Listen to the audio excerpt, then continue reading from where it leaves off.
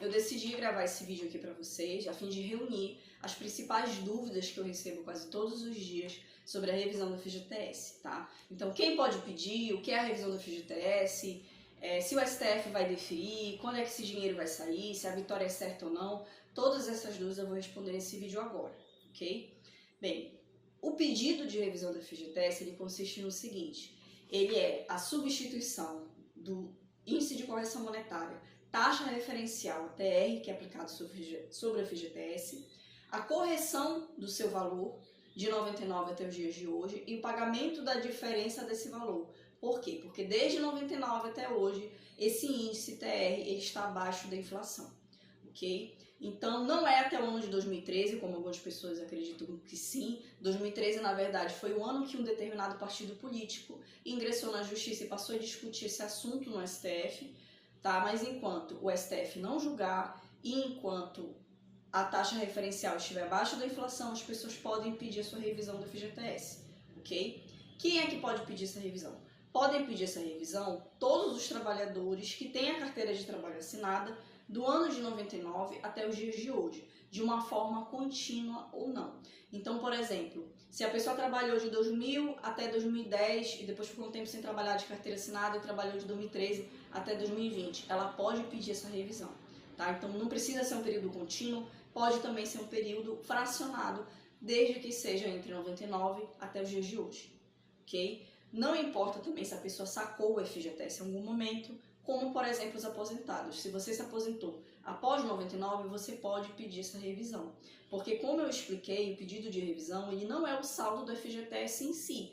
Ele é sobre essa diferença do que foi depositado e do que foi atualizado com a inflação, ok? Também podem pedir os herdeiros das pessoas falecidas que tinham FGTS. Por quê? Porque o dinheiro fruto de um trabalho, ele também é herança. Simples assim, você também herda dinheiro. Então, se você é companheiro sobrevivente, você é filho, neto de alguém que tinha um FGTS, você também pode fazer esse tipo de pedido, ok? Da pessoa que faleceu, da sua família, o seu ancestral. Bem, o processo é contra a empresa que me paga, a empresa que é minha empregadora, o meu patrão? Não. O processo ele é contra o banco gestor da FGTS, tá? Que é uma empresa 100% pública, que tem um capital 100% público. Então, as pessoas não precisam se preocupar que elas não estarão processando os seus empregadores, os seus patrões, não sofrerão constrangimento nesse sentido, ok? E se a empresa não depositou? Como a relação de discussão é entre o trabalhador e o banco não tem responsabilidade nenhuma sobre o que a empresa fez ou deixou de fazer, se a empresa depositou FGTS ou não, só vai ser discutido o valor que está lá depositado, né? Por isso é necessário um cálculo, inclusive, minucioso, feito e refeito várias vezes, para não se fazer um pedido muito baixo ou também nem muito alto, não se deixar faltar nenhum centavo, ok? O pagamento, se sair na conta, não. O pagamento pode ser na conta ou não, mas geralmente esse tipo de pagamento ele se dá no que a gente chama de RPV ou alvará, que são ordens de pagamento feito em sentenças judiciais em que a pessoa recebe um documento e recebe esse dinheiro no banco, ok? Uma pergunta que me fazem muito é: a vitória é certa? Esse dinheiro vai sair? E de uma forma ética, o que eu e outros advogados podem dizer para vocês é o seguinte: a vitória não é certa, mas ela é provável. Ela é provável por quê? Porque o STF já decidiu por vários anos que a TR é um índice inconstitucional em 3 situações, por exemplo, na caderneta de poupança, nas sentenças trabalhistas e também nas condenações contra a fazenda pública.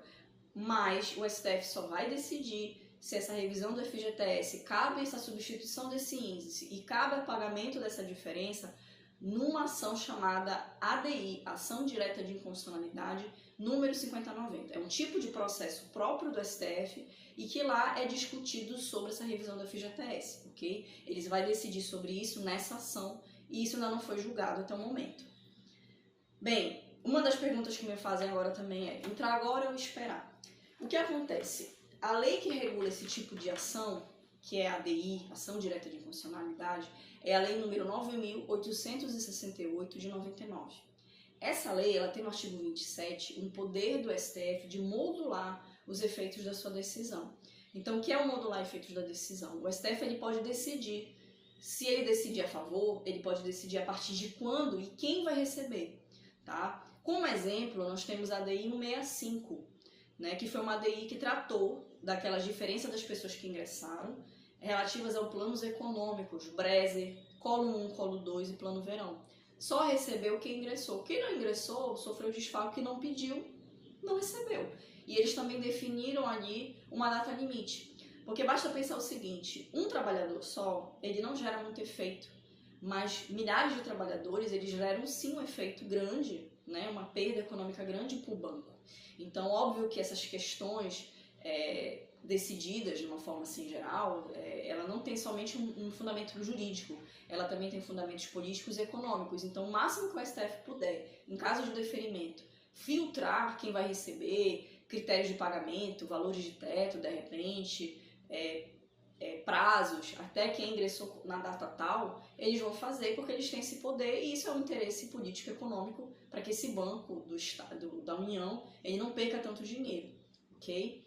Então, geralmente, nunca se viu antes o STF, os tribunais superiores, irem por uma via de que vai ganhar todo mundo se eles decidirem, não. Geralmente, ou eles indeferem, né, que é um caminho provável, ou se eles deferirem, eles deferem somente para aquelas pessoas que entraram com o processo, ok? Por fim, a pergunta que muito me fazem também, quando vai ser julgado? Tá? É uma resposta que nenhum advogado pode dar do Brasil, se nenhum advogado no país pode dar. Não se sabe quando vai ser julgado. O que nós sabemos é que ele já foi para julgamento 3 vezes e foi retirado de pauta. Aconteceram nos últimos anos alguns imprevistos como a pandemia Covid-19. Tivemos as eleições, que foram as eleições mais diferenciadas dos últimos anos, talvez uma eleição nunca vista antes no Brasil, e agora tem esse pós-eleição. Então, não se pode definir quando vai ser julgado, ok? Ninguém pode dar realmente essa data, mas, como já explicado sobre o poder do STF de modular os efeitos da decisão, não se aconselha deixar para a última hora. Quem tiver interesse deve sim ingressar, ok?